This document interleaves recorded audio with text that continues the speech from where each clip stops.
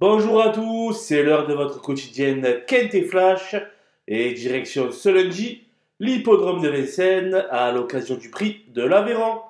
C'est une course réservée à des juments âgés de 7 à 11 ans n'ayant pas gagné la somme de 261 000 euros avec un recul fixé à 151 000 euros. Elles seront 16 sur les rangs et vont s'affronter sur les 2850 mètres de la grande piste. On a ici affaire à un lot de femelles bien connues à ce niveau qui, pour certaines, se sont déjà mises en valeur au cours du meeting. Et on voit ça tout de suite avec mon analyse.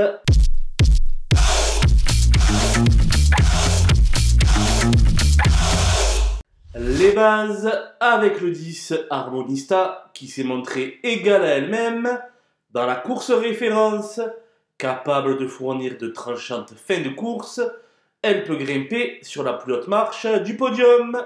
Le 12 Histoire d'Una l'avait devancé dans le prix de Salvanac et possède à peu près le même profil. Entre ces deux bonnes juments, il y a peu d'écart et le parcours fera la différence. Le 13, Grindelwald, est pleinement retrouvé après un passage à vide. Quatrième il y a 10 jours, elle va tenter cette fois-ci de prendre sa revanche sur ses cadettes. Les opposantes avec le 11, Hotline de Carcy, qui m'a beaucoup plu par sa fin de course dans l'épreuve clé. Elle ne me semble plus très loin de son meilleur niveau et pourrait damer le pion à ses rivales. Le 14, Gloire du Perche, est très bien dans son meeting où elle aligne les places. Une nouvelle fois, il faudra compter avec elle. Le 6, Aïda Dubélé, s'est montré fautive en dernier lieu, mais trouve une belle occasion de se racheter avec cet engagement à la limite du recul. Pilotée pour la première fois par Eric Raffin, elle aura son lot de supporters. Le 5, Harassante, fait tout ce qu'on lui demande, mais demeure barrée par les juments les plus riches. Elle devrait lutter pour une place en bout de combinaison.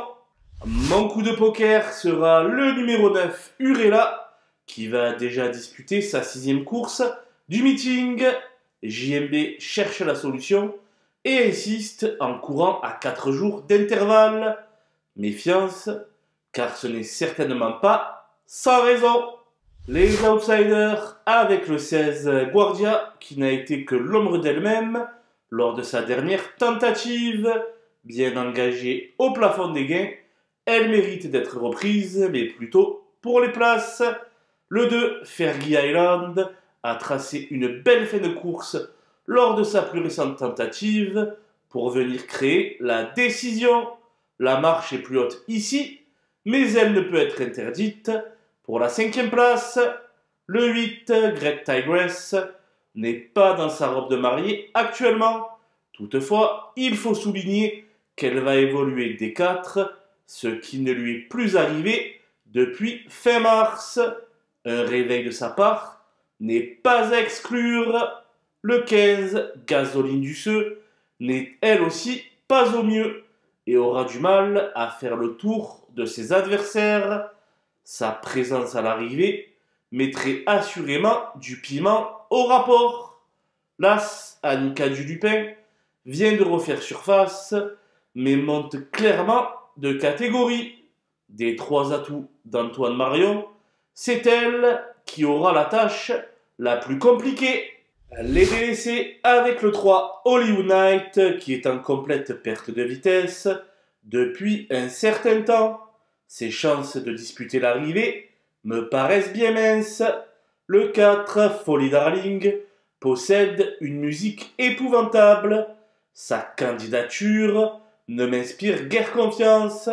Enfin le 7 Franceville se trouve mal engagé et va courir chaussée. C'est pourquoi mieux vaut la revoir dans de meilleures conditions. Voilà, nous avons passé en revue les 16 participantes de ce prix de l'Aveyron. Je vous quitte avec ma sélection et mes conseils de jeu. Bonjour à tous!